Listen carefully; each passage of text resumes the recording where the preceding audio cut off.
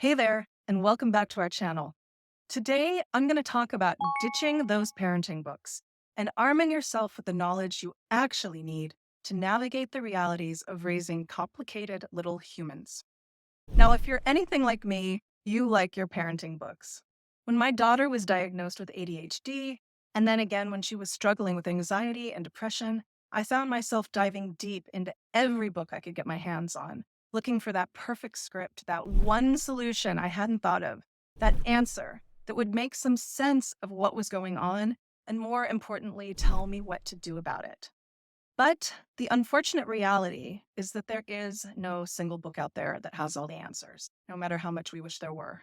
The good news is that while there is no magic formula or one size fits all set of rules, there are three fundamental pillars that, once you really understand them, can help you navigate the beautiful chaos that is parenting with more confidence and clarity. Hi, I'm J Love, co founder of Mercury Coach, certified hypnotherapist, NLP practitioner, parent advocate, and coach. I use tools and teachings from neuroscience, psychology, and esoteric wisdom to help parents unlock their potential, enjoy their lives, and empower their kids to be confident, self reliant, and happy.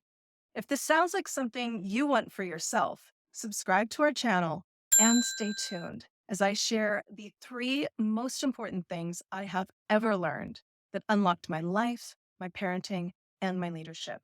And not a single one of them was ever taught to me in school. Pillar number one, the unconscious mind.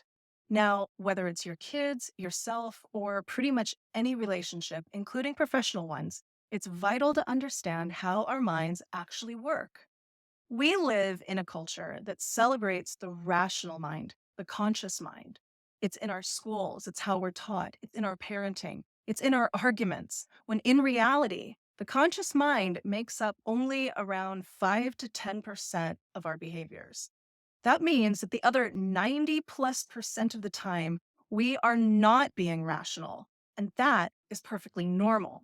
Frankly, once I began to understand how the unconscious mind actually operates, I was shocked that it's not being taught in every school, in every parenting program in the world.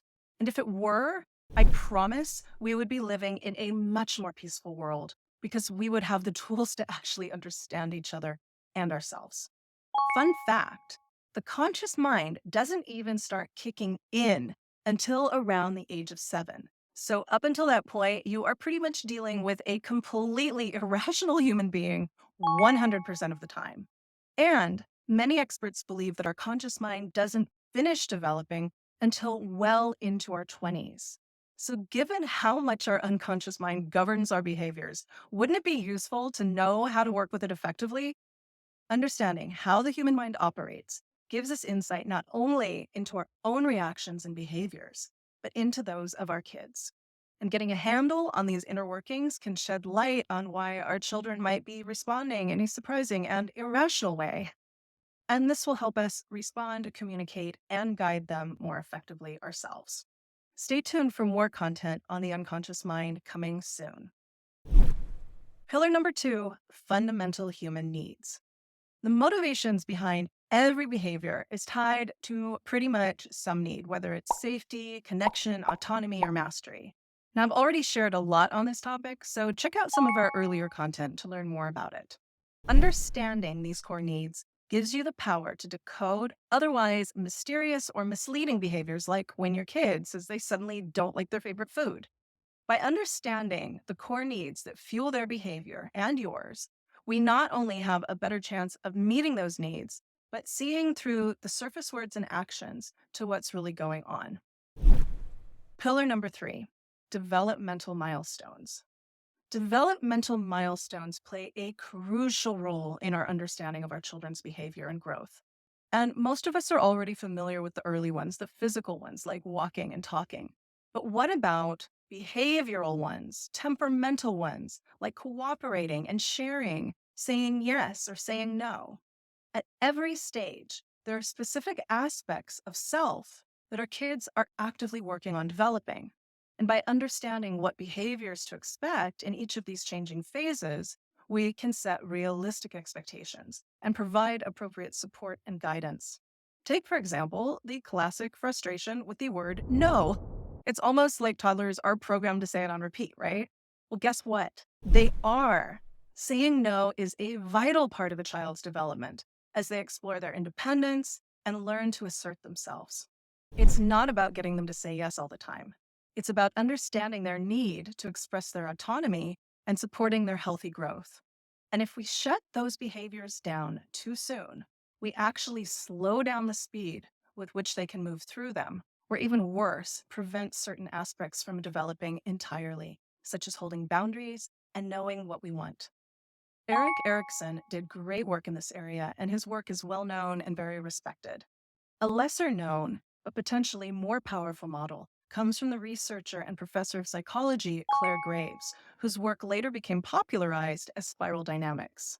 Now, this is a fascinating topic, and it's helped me tremendously, not only in my parenting, but also in my own journey of personal development, as I reflected back on my own childhood and where I got stuck.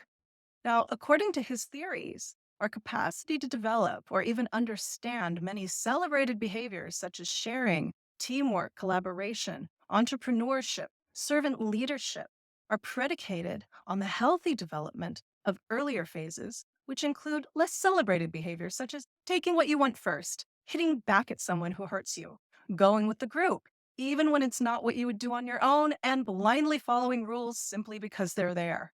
Understanding the progression of these phases can help you gauge where your child's currently at and work with them, knowing that as they butt up against the practical limits of each of these behavior sets, they will then grow past them and into the next developmental phase.